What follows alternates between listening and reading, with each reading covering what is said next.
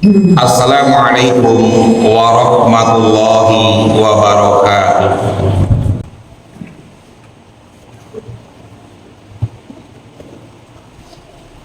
Alhamdulillah, bizikrihi tatma'innul qulub wa bifadlihi wa rahmatihi taghfirul dzunub.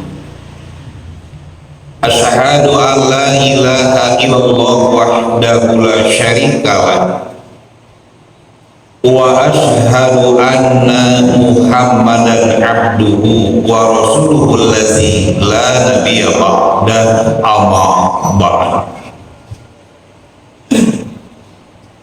Allah ta'ala fil Qur'anil Karim, a'udzu billahi minas syaitonir rajim. Ya ayuhan nasu ubudu rabbakumul ladzi khalaqakum wal ladzina min qablikum la'alakum tattaqun. Alhamdulillah, segala puji milik Allah Subhanahu wa taala, yang mana sampai saat ini Allah Subhanahu wa taala masih memberikan kesempatan hidup kepada kita. Artinya Allah Subhanahu wa taala masih memberikan kesempatan kepada kita untuk senantiasa memperbanyak amal soleh dalam rangka memberatkan timbangan kebaikan kita kelak yaumil hisab. Dan artinya pula Allah Subhanahu wa taala masih memberikan kesempatan kepada kita untuk senantiasa memperbanyak tobat dalam rangka menghapus dosa-dosa besar yang terlanjur kita lakukan. Hadirin jamaah yang dirahmati Allah Subhanahu wa taala, ayat yang dibacakan di muqaddimah surat Al-Baqarah ayat ke-21. Ayat ini diawali oleh salah satu harfun nida, diawali oleh salah satu huruf untuk memanggil. Di dalam kaidah bahasa, ketika ada harfun nida, huruf untuk memanggil, sudah pasti kedepannya akan ada munada yang dipanggil. Yang menjadi munada pada ayat ini adalah An-Nas, satu makhluk yang senantiasa berputar, bergerak, tidak bisa tinggal di satu tempat. Itulah terjemahan Nas. Karena sifat itu ada pada diri kita, maka sering dan mudahnya An-Nas diterjemahkan manusia. Ya ayuhan nasu ubudu rabbakum, wahai manusia, ubudu rabbakum, ibadahlah kalian kepada Tuhan kalian. Tuhan yang mana yang mesti kita ibadahi? Allazi khalaqakum, Tuhan yang telah menciptakan kalian, bukan yang diciptakan oleh kalian.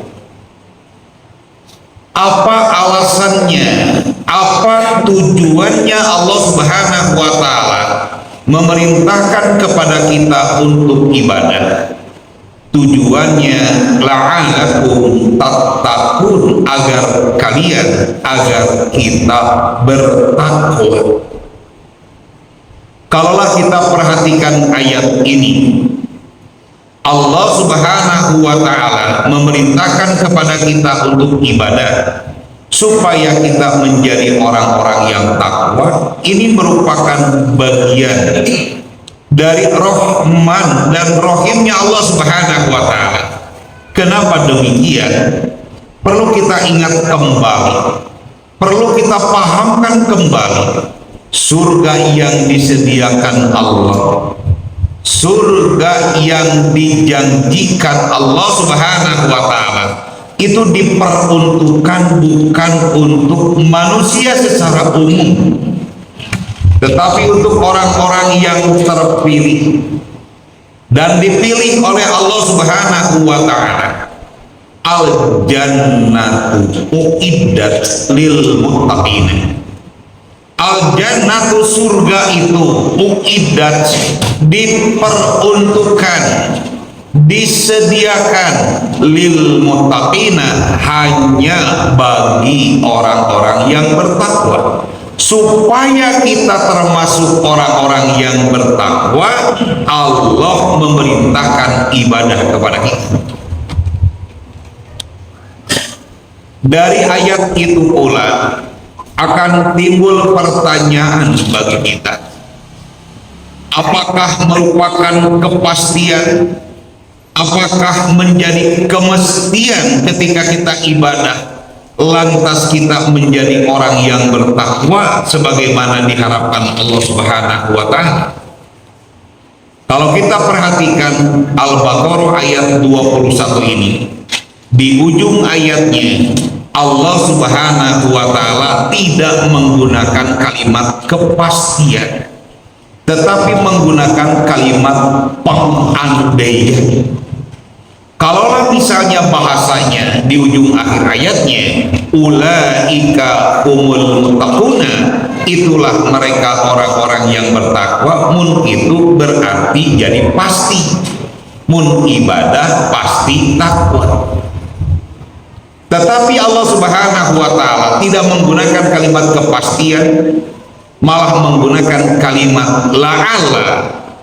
La'alla itu cek santrima harfun musyabbahun bil fi'li yufidu tarjiyah yansibul isma wa yarfa'ul khabar. La'alla itu satu huruf yufidu tarji, yang berfaedah, berfungsi taroji, harapan yang mungkin terjadi, mungkin tidak. La'alakum tattaqun, agar kalian bertakwa dengan cara melakukan ibadah. Artinya bukan menjadi kepastian takwa ketika seseorang melakukan ibadah. Bisa takwa, bisa sebaliknya. Oleh karena itu, kalaulah kita sedikit membahas tentang al-ibadah, ibadah dilihat dari segi tempat dan waktu saja, maka ibadah terbagi kepada beberapa bagian. Ada yang disebut ibadatun makaniyatun, ibadah makaniyah, ibadah yang terikat oleh tempat. Artinya dapat kita paham, siapapun orangnya ketika akan melakukan ibadah yang terikat oleh tempat, menjadi kemestian, kewajiban memperhatikan tempat-tempat yang telah ditetapkan dan dicontohkan Rasulullah SAW.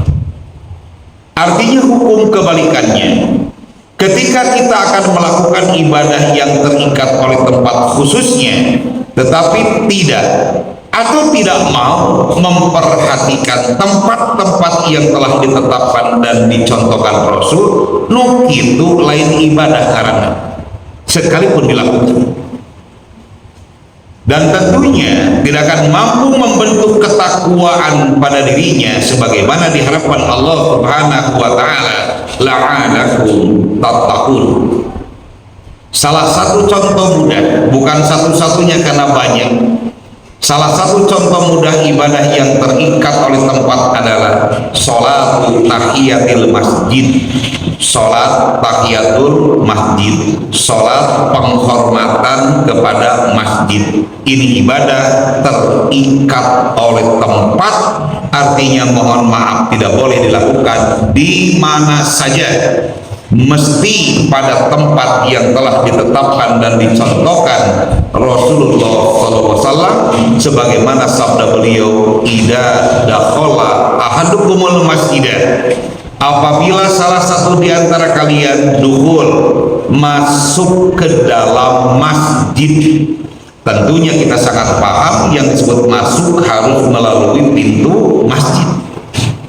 Maka kata beliau, fala yajlisan, jangan duduk-duduk. Artinya sholat tahiyatul masjid tidak boleh diawali oleh duduk. Hatta yusolli rakaataini, sampai sholat 2 rakaat. Sholat anu siga kieu ulama fikih dinamia sholat tahiyatul masjid. Di mana tempatnya? Mesti fil masjidi.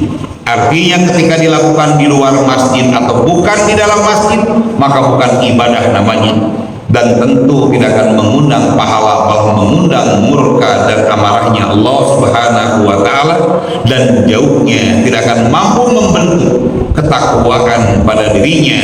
Padahal Allah Subhanahu wa Ta'ala memerintahkan kita ibadah, la'allakum tattaqun, agar kita bertakwa. Yang kedua, ibadatun zamaniyatun, ibadah zamaniyah, ibadah yang terikat oleh waktu. Ini pun sama halnya seperti yang sebelumnya. Ketika kita akan melakukan ibadah yang terikat oleh waktu khususnya, maka kita mesti memperhatikan waktu-waktu yang telah ditetapkan dan dicontohkan Rasulullah Sallallahu Alaihi Wasallam. Berarti pula dapat kita pahami hukum kebalikannya. Ketika kita akan melakukan ibadah yang terikat oleh waktu khususnya, tetapi kita tidak mau memperhatikan waktu-waktu yang telah ditetapkan dan dicontohkan Rasul, nu kitu lain ibadah karena. Dan tentunya ketika pun dilakukan tidak akan mampu membentuk ketakwaan pada dirinya. Padahal kembali Allah Subhanahu wa Ta'ala memerintahkan ibadah supaya kita bertakwa, karena surga hanya diperuntukkan untuk orang-orang yang bertakwa. Salah satu contoh mudah ibadah yang terikat oleh waktu adalah ibadatul aqiqah. Ibadah aqiqah, ibadah yang berkaitan dengan kelahiran bayi. Ibadah ini salah satu ibadah yang terikat oleh waktu dan tidak terikat oleh tempat. Artinya aqiqah bisa boleh dilakukan di mana saja, tetapi mohon maaf tidak boleh dilakukan kapan saja. Kenapa? Karena ibadah ini ibadah yang terikat oleh waktu, sebagaimana disabdakan Rasulullah SAW, kullu gulamin rohinatun bi aqiqatihi. Setiap gulam, setiap bayi rohinatun au murtahanun, tergadai dengan akikahnya. Patut bauanku, maka potongkan hewan akikah. Kalau bayinya laki-laki 2 kambing, perempuan 1 kambing. Wayus sama, kemudian berikan nama yang bagus yang mengandung doa kebaikan untuk si bayi. Yang ketiga, wayuhlaku roksuhu, gunduli rambutnya sampai bolena. Di mana ini dilakukan? Boleh, bisa dilakukan di mana saja. Tetapi mohon maaf tidak boleh dilakukan kapan saja, karena bahasa terakhir Nabi mengikat dengan waktu. Bi yaumi sabihi, mesti pada hari ke-7 dari kelahiran bayi. Artinya ketika akikah dilakukan bukan hari ke-7, maka bukan ibadah namanya, malah mengundang murka dan amarahnya Allah Subhanahu wa Ta'ala. Dan tentunya jauhnya tidak akan mampu membentuk ketakwaan pada diri kita. Padahal Allah memerintahkan ibadah tujuannya la'alakum tattaqun.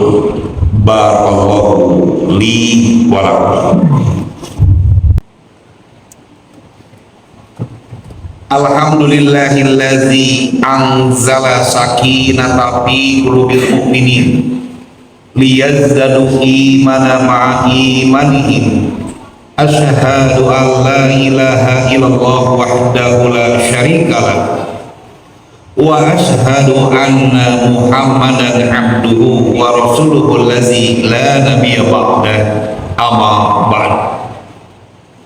Hadirin jamaah yang dirahmati Allah Subhanahu wa taala, melalui khutbah yang pertama jelaslah sekarang bagi kita tentang hakikat ibadah.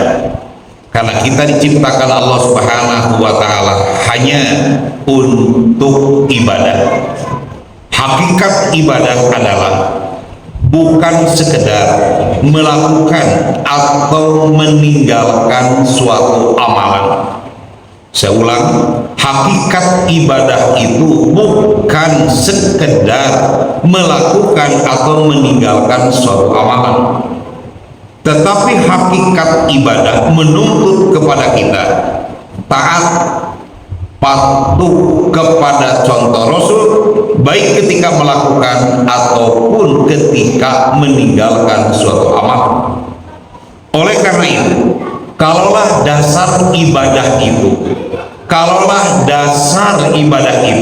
berangkat dari ketaatan dan kepatuhan kepada contoh Rasul, jangankan melakukan, meninggalkan amalan pun akan disebut ibadah dan berbuah pahala.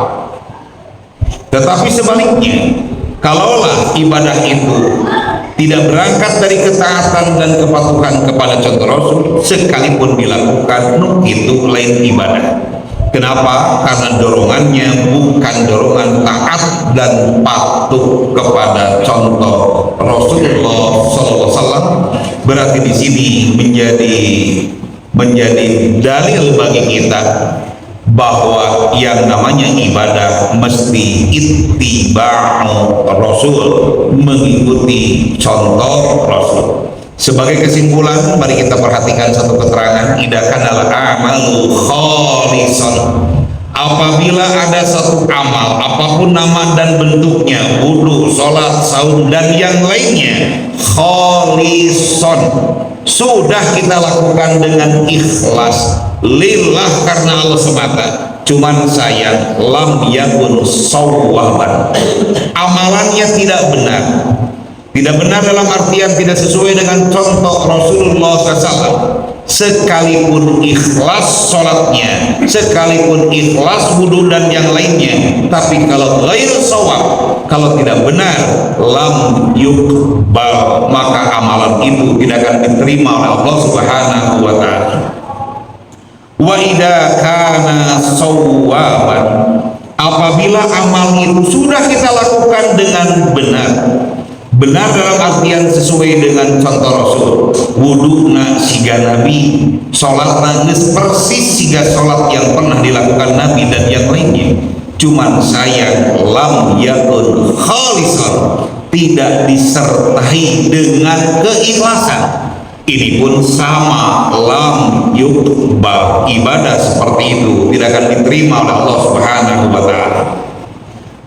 Lantas kapan amalan-amalan kita, ibadah-ibadah kita diterima oleh Allah Subhanahu wa taala, bahkan mampu membentuk ketakwaan pada diri kita, hatta yakuna shawwaban khalisan, sampai ibadah kita benar dan ikhlas.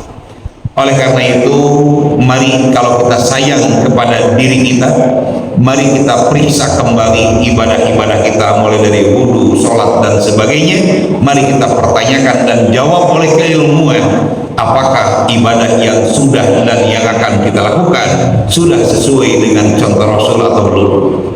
Yang kedua, ketika sudah tanamkan keikhlasan pada dirinya.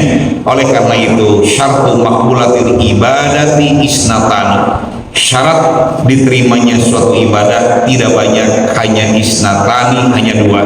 Yang pertama as-shawab, ibadah kita mesti benar sesuai dengan contoh Rasulullah SAW. Yang kedua al-ikhlas, mesti ikhlas. Mudah-mudahan apa yang telah dan akan kita lakukan sudah sesuai dengan apa yang pernah dilakukan dan dicontohkan Rasulullah SAW. Besar harapan amalan-amalan kita makbulan wa maksuran, diterima dan berbuah pahala di sisi Allah Subhanahu wa ta'ala. Mudah-mudahan terakhir kita dikumpulkan kelak di surganya Allah Subhanahu wa ta'ala. Aqulu qouli hadza wa astaghfirullah li wa lakum. Assalamualaikum warahmatullahi wabarakatuh.